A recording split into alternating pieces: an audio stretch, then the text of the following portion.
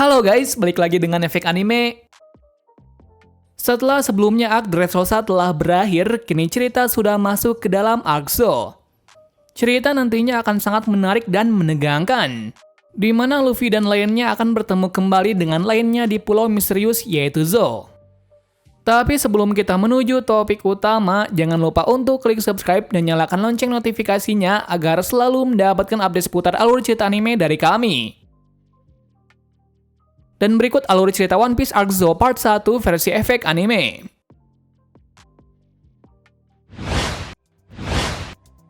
Cerita dibuka dengan Luffy yang berada di kapal dari Bartolomeo. Mengingat pada cerita sebelumnya, semua anggota aliansi sudah pergi masing-masing ke kampung halamannya. Singkatnya, mereka akhirnya sampai di tempat tujuan. Nyatanya, Pulau Zou itu tidak seperti yang dibayangkan. Ternyata pulau itu adalah seekor gajah raksasa yang berjalan. Seketika melihat gajah raksasa itu membuat Luffy dan lainnya sangat terkejut hingga tak berkata-kata. Law menjelaskan kalau rumornya Pulau Zou memang tidak diketahui tempat dan keberadaannya. Tetapi setelah melihat secara langsung memang benar rumor itu adalah kenyataan. Kesimpulannya pulau tersebut berada di punggung dari gajah raksasa. Raksasa ini dikenal dengan nama Zunesha. Pada lautan yang lain diperlihatkan sesuatu yang serius, yang mana Burgess berada di markas dari pasukan revolusi. Tampaknya kondisinya saat itu sedang terluka parah dan menghubungi anggotanya untuk ke sini. Dia berada di situ setelah berhasil membuntuti Sabo. Tak hanya itu saja, ada kabar beredar kalau seseorang dari Shichibukai yaitu Edward Weevil mengaku sebagai anak dari Shirohige. Sepertinya Weevil memang benar seorang anak dari Shirohige dikarenakan penampilan dan kekuatan fisiknya pun sangat kuat. Tujuannya saat ini adalah menghabisi semua aliansi Shirohige dan membalas dendam kepada Kurohige. Beralaskan kalau ia tidak suka ada seseorang yang memanggil ayah selain dirinya. Tentunya bukan hanya itu saja yang membuatnya seperti itu. Tetapi ada satu orang lagi yang mengaku sebagai istri dari Shirohige yaitu Mrs. Bekin. Sekarang ia mengincar harta dari Shirohige di suatu tempat. Kabar menarik dari dunia baru lainnya adalah bagi menjadi Shichibukai. Mengingat pada saat perang 2 tahun lalu dia cukup menyita perhatian pada perang besar. Seperti diketahui saat ini dia masih licik seperti dulu yakni menjual senjata gelap. Beralih pada kru topi jerami lagi. Merasa bersemangat, Luffy dan lainnya pun pergi ke atas menggunakan gambar hidup dari Kanjuro yang berupa naga. Tampaknya ada masalah kembali yakni naga tersebut tidak bisa terbang, malah mendaki dengan tangan. Setelah berhasil mendaki setengah bagian, Kinemon dan Kanjuro terjatuh akibat munculnya kera dari atas yang misterius. Beruntungnya di bawah mereka berdua bisa selamat dengan kemampuan dari Kanjuro. Untuk itu, Kinemon meminta Luffy untuk melanjutkan ke atas. Singkatnya, Luffy dan lainnya akhirnya bisa sampai ke atas dengan selamat. Walau diketahui naga tersebut kelelahan setengah mati. Sesampainya di atas, mereka dikejutkan dengan suatu pulau yang sangat besar seperti daratan. Tak hanya itu, di sini pula banyak hutan yang lebat nan indah. Satu hal yang menarik perhatian dari Luffy ialah patung paus raksasa di tengah pulau. Karena rasa penasarannya besar, ia pun pergi ke sana sendirian. Sementara itu, Zoro dan Robin mendapati masalah yang sangat serius, yaitu gerbang pulau dibuka secara paksa, yang berarti beberapa hari berlalu ada sebuah musuh raksasa yang menyerang. Sesaat menelusuri pulau tersebut, tiba-tiba ada seseorang yang menyerang. Anehnya bukan manusia, melainkan hewan seperti manusia. Ternyatanya orang itu adalah suku Ming yang dikatakan oleh Law. Konon katanya suku tersebut sangat membenci manusia. Terlebih lagi mereka sangat buas dan mematikan. Mereka berdua adalah Carrot dan Wanda. Sebelum ke cerita, suku Ming adalah suku yang sangat berbeda di mana penduduknya bukanlah manusia, melainkan hewan yang hampir mirip seperti manusia. Lanjut dari Wanda yang mendapat kabar kalau ada penyusup lainnya. Tak lain adalah Luffy. Oleh karena itu dia meminta semua kru topi jerami untuk pergi ke suatu tempat, yang mana teman-temannya juga sudah ada di situ. Anehnya pula Wanda berkata kalau temannya sudah menjadi mayat. Ketika mendengar hal tersebut membuat Usopp dan lainnya gelisah. Yang pasti mereka harus menelusuri tempat ini untuk mengetahui kelanjutannya. Beralih pada Luffy yang terlibat pertarungan dengan penjaga di sekitar patung paus. Anehnya lagi penjaga itu adalah gorila dan banteng yang sangat kuat. Beruntungnya pertarungan itu terhenti atas kedatangan Wanda dan Beppo beserta bajak laut Hati. Di situ terlihat kalau penjaga itu sangatlah kuat. Pemimpin dari penjaga itu adalah Pedro. Lalu tiba-tiba saja ada gemuruh gempa yang sangat kuat. Nyatanya itu bukan gempa, melainkan Zunesha atau gajah raksasa yang menyemprotkan air ke arah pulau. Tak disangkanya hal itu adalah hal yang umum dari pulau ini. Dengan air laut tersebut, para penduduk bisa dengan mudah mendapatkan bahan pokok seperti air dan ikan. Adanya hal itu, para penduduk di pulau ini tidak pernah kelaparan. Singkat cerita, akhirnya Luffy dan lainnya berkumpul di depan benteng. Seperti yang diketahui akibat ulah dari Luffy, penjaga tersebut sangat marah. Tetapi setelah mendengar kalau itu adalah kelompok topi jerami, semuanya sangat senang tak karuan. Yang membuat Luffy dan lainnya sangat bingung adalah mereka disambut meriah oleh penduduk di sana, apalagi dijuluki dengan penyelamat. Padahal sebelumnya rumor mengatakan kalau suku Ming sangat membenci manusia. Wanda menjelaskan kalau sebenarnya suku Ming sebenarnya tidak membenci manusia, melainkan mereka akan menilai manusia dari karakternya. Oleh karena itu sekarang mereka tidak membenci kru topi jerami karena mereka adalah orang baik sekaligus penyelamat dari pulau ini. Waktu itu Nami dan Chopper yang mengetahui kalau semuanya sudah sampai di sini sangat senang namun juga sedih. Entah apa alasannya, yang pasti hal itu berkaitan dengan Sanji yang pergi. Sebenarnya masalah bukan hanya itu saja, yakni Momo juga merenungi diri dari kemarin. Kabarnya jika suku Ming sangat membenci yang namanya samurai. Dikatakan juga kalau kejadian hancurnya pulau ini berkaitan dengan samurai. Oleh karena itu Brock meminta yang lain untuk tidak membicarakan Kinemon dan Kanjuro di sini. Berikutnya Wanda mengungkapkan kenapa pulau ini telah hancur. Awal mula saat 10 hari yang lalu, yang mana keadaan dari kerajaan Mokomo sebenarnya sangat damai. Tetapi dalam kedamaian tersebut bajak laut buas tiba-tiba saja menyusup dan menghancurkan gerbang depan. Armada bajak laut itu dipimpin oleh Jake, salah satu pemimpin dari bajak laut buas Kaido. Konon katanya dia dijuluki sebagai pembawa bencana. Mengapa demikian? Karena dia selalu menghancurkan apa yang ada di depannya. Seperti yang terlihat, Jake bukanlah orang biasa, dia adalah pemakan buah iblis tipe Zoan. Dan pada mode hybridnya adalah mamut raksasa. Oleh karena itu ia disebut dengan pembawa bencana.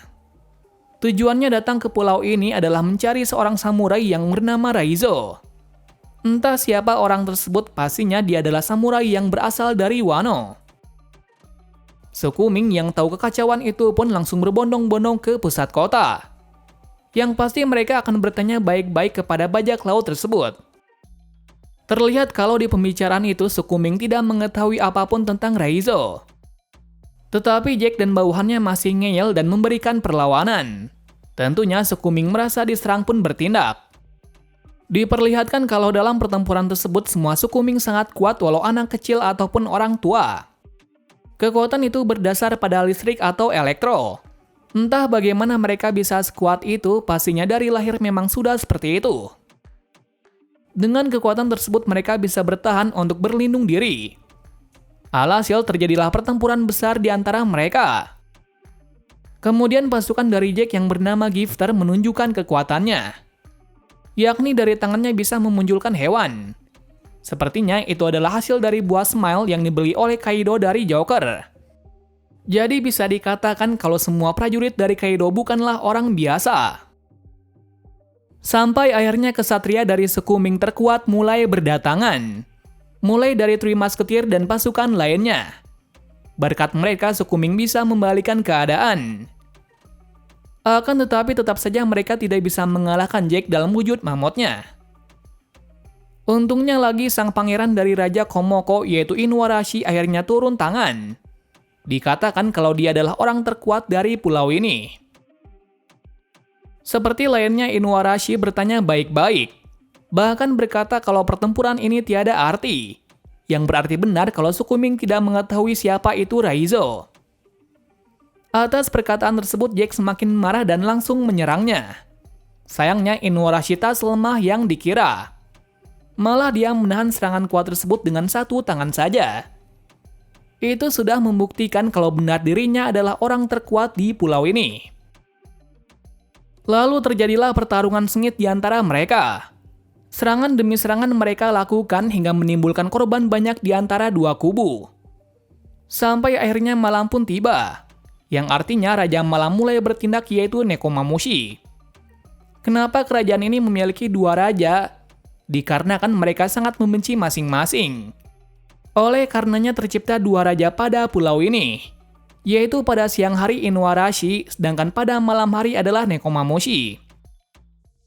Kembali pada pertarungan antara Nekomamushi dan Jack, yang saat itu serangan darinya berhasil menjatuhkan Jack.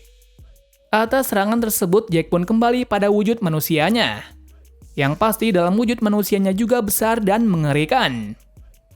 Mengerikannya lagi dilengkapi oleh senjata yang sangat aneh seperti celurit.